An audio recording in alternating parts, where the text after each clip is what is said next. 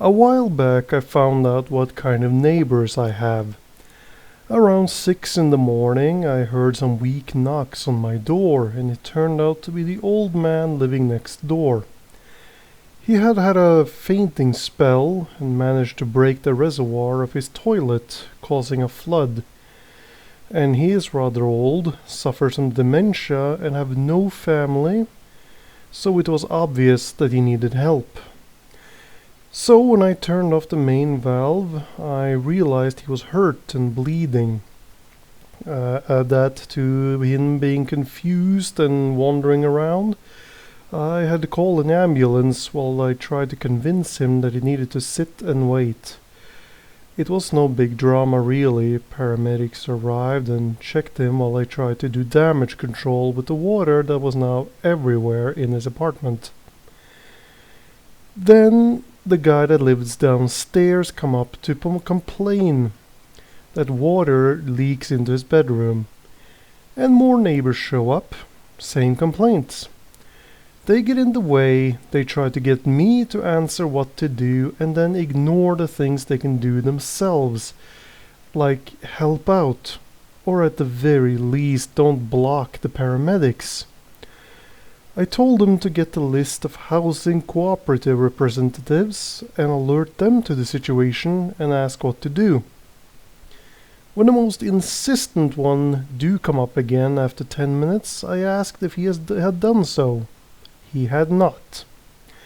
And he was still in the way, watching me try to mop up water and still complained that the leak was seeping down to his apartment.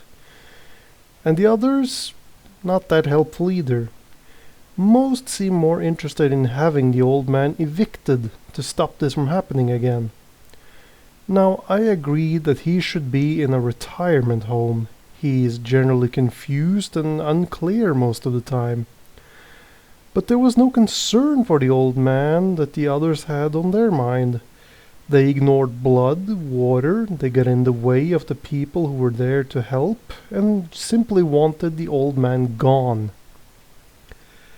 I was amazed how people could so easily ignore what they should do, even if it was motivated by their own self-interest and not motivated by basic humanity.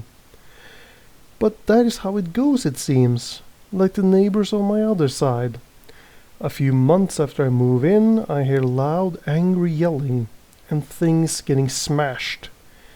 Naturally, I call the police to report what sound like a domestic disturbance.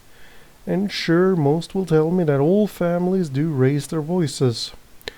But since things got smashed around midnight and I knew there were children present, I did not take chances. And the cops did indeed look grim when they left. But this is not new. And in the building, sound carry very, very well. More so when you have the balcony door open so the whole building can hear what you're up to. And yet, it seemed that this was the first time anyone had done anything about it. And it seemed to happen everywhere. People just walk past and look away, or turn up the volume on their TV.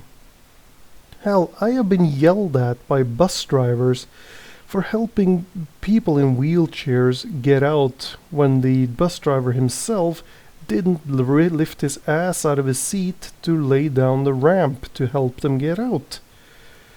Everyone is just waiting for someone else to do something.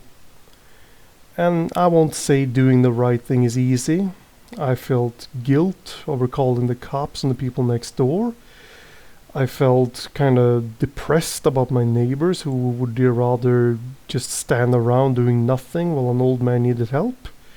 And I got really pissed about the bus drivers, 2 of them in fact, who did the same thing, refused to help and then choose me out for holding up the rest. And now the neighbors I had to call the police on avoid me like the plague. And I mean all of them, every single one. If I am leaving my apartment the same time as they do, they will retreat back inside and lock the door. So I have to wonder, is it really the rule that you should look away and not get involved? When someone needs help, should you just worry about yourself?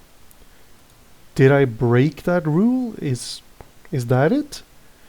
If so, then I must have broken that rule many times. And knowing myself, I know I will keep breaking it. It is just not right for me to walk away. And I really do hope that I'm not alone in feeling that way.